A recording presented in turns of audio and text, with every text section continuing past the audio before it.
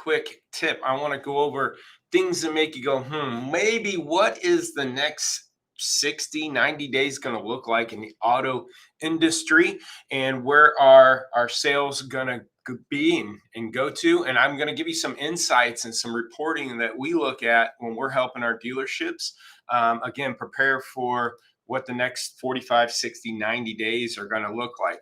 Now, going live here, Facebook, LinkedIn, and I'm going to also pop in,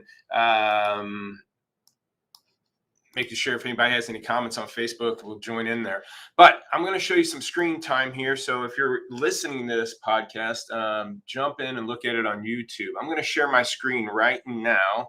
Now I'm going to jump back, okay? I'm going to show you a few of the charts that we tend to look at. Now, if you don't know Google Trends, google.com trends, you put in some keywords and you get to see the shopping patterns of what people are typing in. So I did used versus new, and you can see here in the auto and vehicles. Now, I'm going to tell you that obviously could be what that will include if somebody typed in used boat, used trucks, used F-150.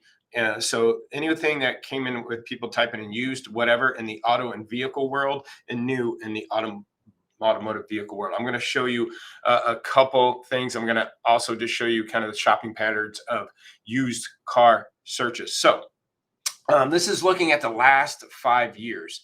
And you always, I've mentioned this before, what you find in used cars is a lot of times it peaks in that March tax season, does pick up summer sales events, and then it does drop down through December. Okay.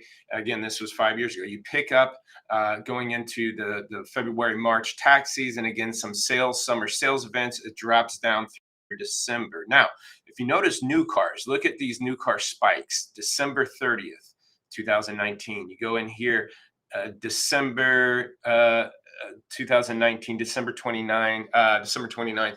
Again, that's kind of that end of the model year clearance, right? A lot of people at the end of the model year looking for a new whatever. And then it does drop back down. But the used car searches, if you notice, okay, watch these patterns. They peak up July, August, summer sales events, both new and used. And this is 2020. And notice this right here, this is the valley. This was shut down.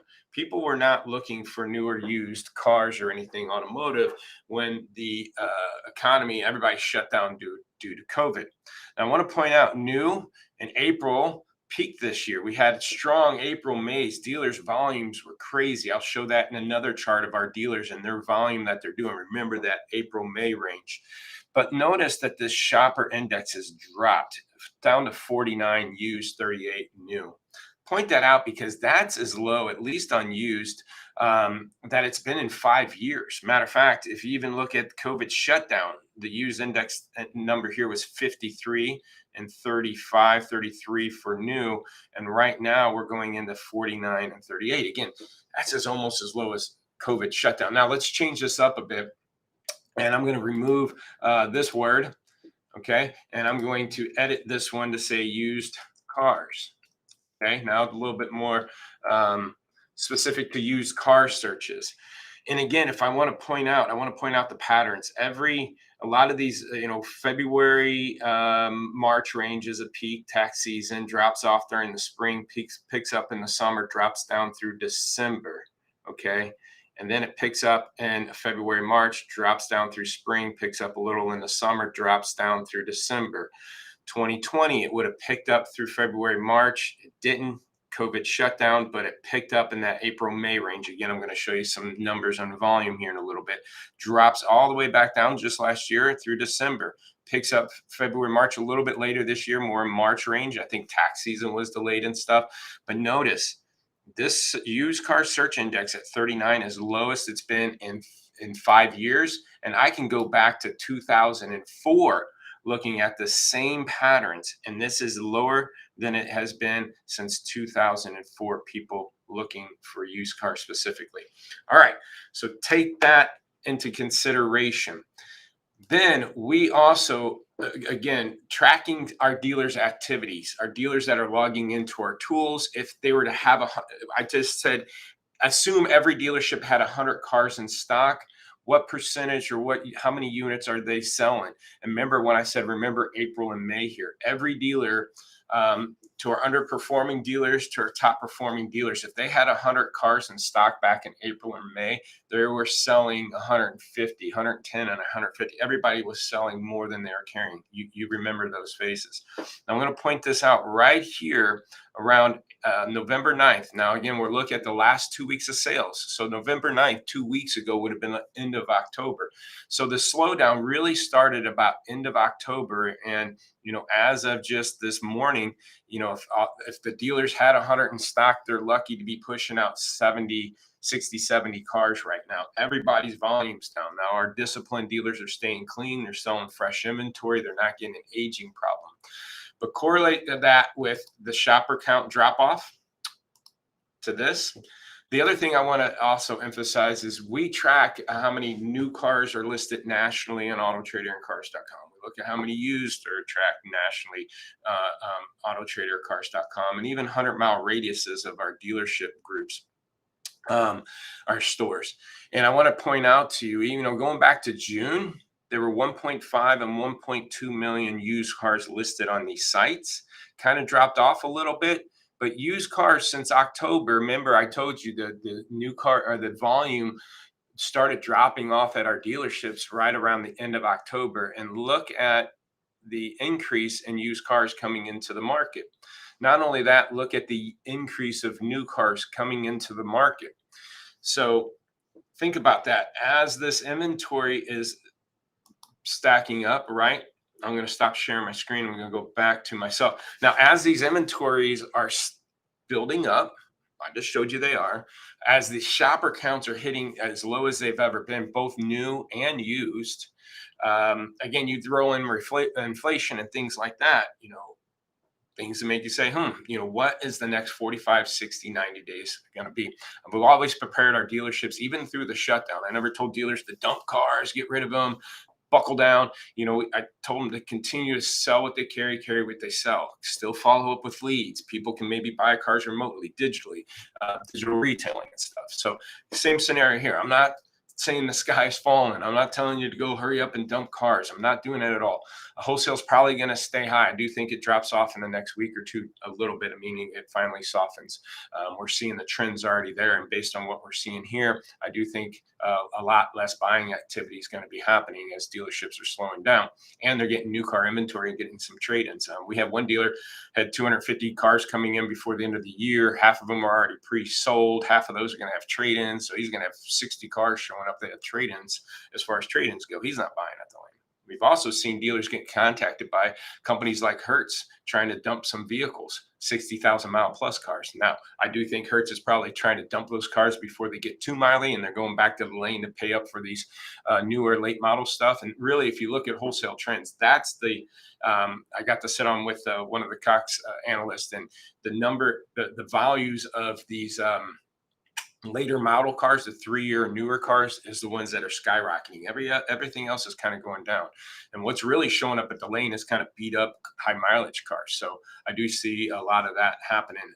But anyways, worst case scenario, again, I always tell dealers, carry what you sell what you carry, move your inventory and position it with your current traffic. So continue, just worst, I say best case scenario, but maybe worst if you're afraid of missing out. But worst case scenario, you're going into February, March clean, lean and clean, can be buying and selling current market values. Okay. Now, if you miss a bubble, like it happened in 2020, where a lot of dealers did dump their inventory and cars were going really cheap, and the guys that bought a bunch of cars and end up benefiting from that big peak, they hit a home run. But is that going to happen again? I don't know. That's usually, but two, if you're one of those dealers that are stocking up, hoping for this new push, you might get popped. If that bubble pops, you could be stuck into it. So I'm seeing those patterns. Those things make me say, those are the things that I want to make sure my dealerships are staying lean and clean. And then the fact is, I don't know, but previous tax seasons have been kind of delayed and pushed out. I know the federal government pushed out some of their returns with customers, and will that happen again this year? The other thing is the child tax credit.